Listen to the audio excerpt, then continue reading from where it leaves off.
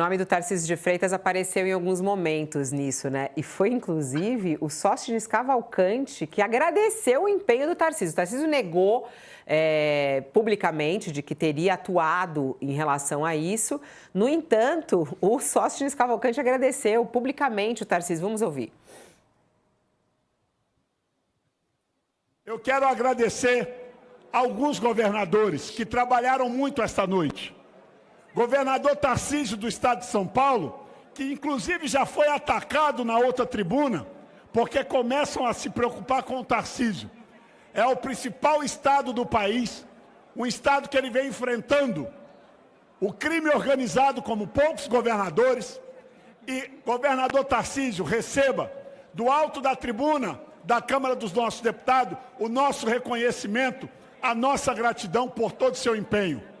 Você tem sido um gigante no diálogo com os presidentes de partidos de centro, para que a gente possa fazer essa coalizão em prol do Brasil, contra aumento de impostos, contra um Brasil inchado, uma máquina pública que não há dinheiro que aguente para bancar a mamata de tanta esquerdalha mamando nas tetas do governo.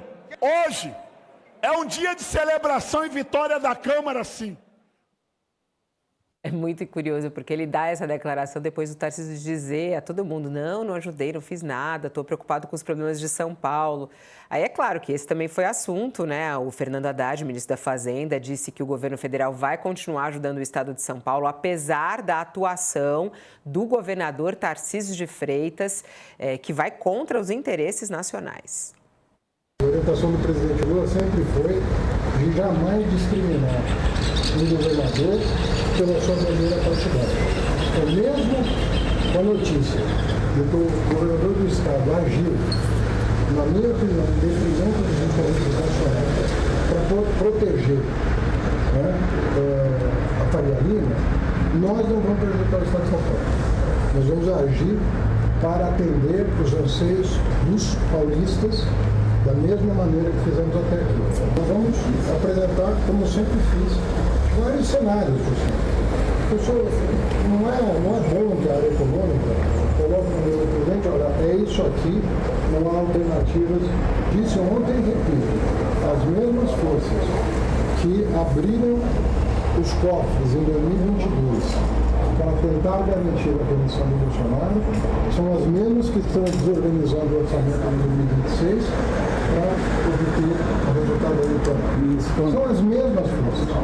Quer dizer, aquele pessoal de 22 que não estava nem aí para o gasto público, agora resolveu posar de paladino da defesa de privilégios para garantir o privilégio que não está dentro. São as mesmas coisas. Mas nós vamos atuar na medida das nossas competências constitucionais. Ruim a ligação. Que é o áudio do ministro da Fazenda. Deu para entender bem aí o que ele falou.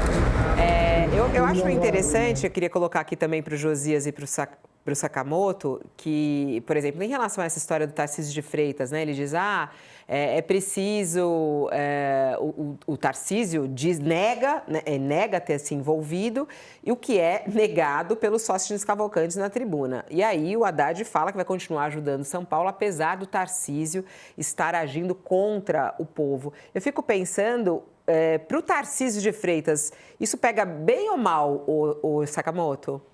Bem, o problema é que no meio de tudo isso, o que passa a imagem é que o governador Tarcísio de Freitas é mentiroso. Porque quem está colocando não sou eu, é o deputado Sóstenes Cavalcante. O governador Tarcísio de Freitas teve um trabalho, né, para evitar, para dizer: olha, eu não conversei, estou ocupado aqui resolvendo a crise do metanol. Tá. E aí o que acontece? O deputado Sóstenes Cavalcante agradece publicamente ele pelo empenho nessa articulação. É o que eu repito que eu já tinha falado aqui. Eu acho e defendo que o governador tem o direito de articular politicamente onde ele quiser. Se ele achar que esse projeto ele é mais negativo do que positivo para São Paulo, ele pode chamar a bancada, ele pode conversar, ele pode trazer todo mundo à tona para isso. Faz parte do jogo político, né? A impressão que se deu, contudo, é que o governador ele quis fazer o quê? Ele quis articular, mas ele quis não aparecer como articulador. O que, neste caso, entende-se de que forma? Esse é um projeto que o governo agora vai começar a bater bastante na oposição, dizendo que a oposição defendeu gente rica, que a oposição defendeu o bilionário, defendeu a Faria Lima, tudo isso mais. Que, inclusive, o ministro Fernando Haddad já está fazendo isso, né? O presidente Lula também. Então, o que acontece? Todo mundo sabia que o governo começaria a fazer isso porque já fez antes, na questão do IOF. O Tarcísio, muito provavelmente, queria passar ao largo disso. Ele queria que não aparecesse como alguém que defendesse rico.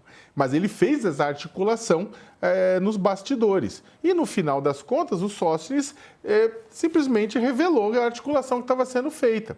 Então, de um lado, o governador Tarcísio aparece como alguém que fala uma coisa em público, mas em privado faz outra. Ah, mas todo político faz isso. Sim, mas isso pega mal. Isso pega mal e ele não precisava ter escondido. A questão é que ele esconde, eu estou tentando entender que talvez a única coisa que faz sentido para ele esconder é o medo do eleitorado lá na frente, no ano que vem, quando o PT começa a explorar isso de agora até lá, ele fala, não tenho nada a ver com essa história. Não tenho absolutamente nada a ver com essa história. Eu não defendi imposto para rico, para pobre, para nada. Eu estava aqui cuidando do metanol, tomando minha Coca-Cola, né? E, na verdade, o que a gente tem visto que não, é que ele entrou sim na jogada, e aí o Haddad, por conta desse lapso do Sóstenes Cavalcante, já cravou, falou, o Tarcísio foi defender a Faria Lima. Vamos lá, Josias, quero te ouvir também sobre essa postura do Haddad. Na verdade, do Haddad, ele está aí no papel dele, né, falando, e eles têm esse jogo político. Agora, do próprio Tarcísio, né? O Tarcísio se envolver nessa negociação, ele nega, mas o Sóstenes falou publicamente lá. Isso pega bem ou mal para o Tarcísio com o projeto político dele? Isso pega bem mal para o Tarcísio, Fabiola. Como eu dizia antes, ele tentou operar na Câmara com mão de gato, subrepticiamente, só que acabou ajudando a pata do tigrinho, porque facilitou a vida das betes, e foi como que denunciado pelo aliado Sóstenes Cavalcante. Agora, ninguém fica muito bem nessa história não, Fabiola. A tributação da jogatina eletrônica, que foi apelidada de bets, isso aí é um cassino eletrônico, na verdade. Bets fica parecendo mais bonitinho do que né? Isso mostra que esse debate em torno dessa medida provisória, ele é travado numa praia de nudismo, está todo mundo meio pelado nesse debate. O próprio ministro Fernando Haddad, que quer tributar mais a jogatina e faz muito bem nessa sua pretensão, ele, tempos atrás, dizia, esse pessoal das bets está ganhando uma fortuna no Brasil, gera pouquíssimo emprego aqui, muito pouco emprego, e manda para fora o dinheiro arrecadado aqui. E que vantagem o Brasil leva nisso? Que vantagem o Tesouro Nacional leva nisso? Era o que perguntava o Fernando Haddad, tempos atrás. Ocorre que quem criou essas regras para as apostas foi o governo Lula. Né? Foi o governo Lula que se reuniu durante várias vezes com representantes desse pessoal que o Fernando Haddad chama de esses caras das bets, né? E, na medida provisória, finalmente, o governo planejava aumentar esse tributo aplicado contra a jogatina.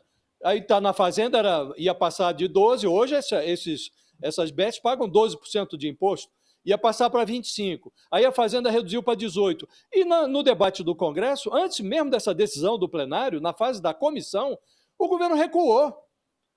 Desistiu de aumentar a tributação das bets. Recuou para 12%, com base no lobby que foi operado lá, o lobby das bets, que foi reforçado pela mão de gato do Tarcísio. Então, a pata dos tigrinhos retirou todo o imposto que seria cobrado das bets, né?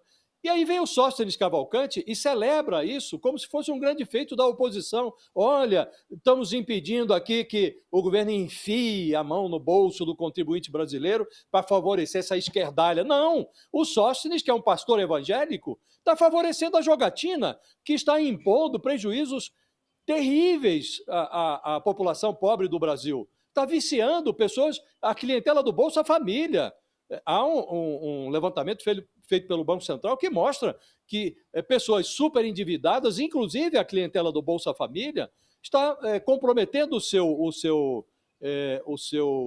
dia a dia comprometendo a geladeira, está deixando de encher a geladeira para apostar nessa jogatina eletrônica. É essa gente que o Sóstenes está defendendo da tribuna, como se estivesse evitando prejuízos aos contribuintes. Então, havia muita coisa ruim na medida provisória. Mas o que tinha de bom foi suprimido com a anuência do governo. Além dessa tributação das bets, o governo também recuou na cobrança de imposto, que seria adicionada às letras de crédito agrícola, letras de crédito imobiliário, LCA e LCI. Hoje são isentas, o governo ia tributar e na fase da comissão também recuou. Então o ministro Haddad também tem contas a ajustar, também tem explicações a dar. Ora, se era para tributar o que deveria ser tributado, por que é que o governo recuou? Então parece que o governo quer arrecadar a qualquer custo, não é uma questão filosófica, não é uma questão de melhorar o sistema tributário.